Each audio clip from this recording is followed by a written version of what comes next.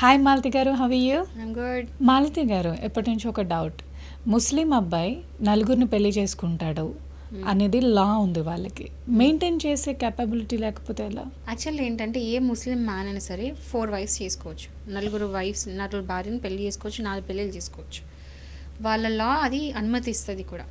అయితే రీసెంట్గా హైకోర్టు ఒక వర్డిక్ట్ ఇచ్చింది. ఏంటంటే ఒక ముస్లిం మ్యాన్ అంటే ఎవరైనా సరే ఒక ముస్లిం పర్సన్ రెండో పెళ్ళి చేసుకోవద్దు ఒకవేళ మెయింటైన్ చేసే సిచ్యువేషన్లో లేదు, ఫినాన్షియల్గా స్టెబిలిటీ లేదు అన్నప్పుడు పెళ్ళి చేసుకోకూడదు అని చెప్పేసి హైకోర్టు తీర్పిచ్చింది, కేరళ హైకోర్టు. ఎందుకంటే ఆ పర్సన్ వచ్చేసి ఒక బెగ్గర్.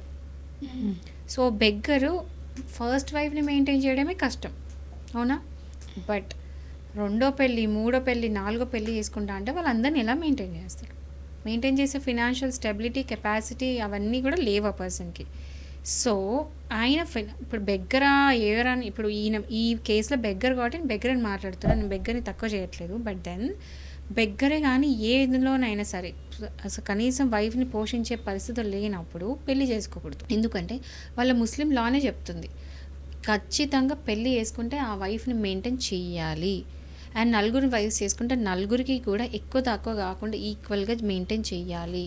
అది వాళ్ళ చట్టమే చెప్పిద్ది, వాళ్ళ లానే చెప్పిద్ది. ఓకే, సో అలాంటి లా చెప్పినప్పుడు అసలు సెకండ్ వైఫ్ కనీసం తిండి కూడా పెట్టలేని సిచ్యువేషన్ ఉన్నప్పుడు పెళ్ళి చేసుకోవడం తప్పు, మెయింటైన్ చేయలేడు కాబట్టి. సో ఇది దృష్టిలో పెట్టుకొని కేరళ హైకోర్టు తీర్పిచ్చిందనమాట. సో ఒకవేళ ఏ ముస్లిం పర్సన్ అయినా సరే ఫినాన్షియల్గా స్టెబిలిటీ లేదు, కెపాసిటీ లేదు అన్నప్పుడు రెండో పెళ్ళి చేసుకోకూడదు అని చెప్పేసి. కెపాసిటీ ఉంటే హ్యాపీగా చేసుకోవచ్చు.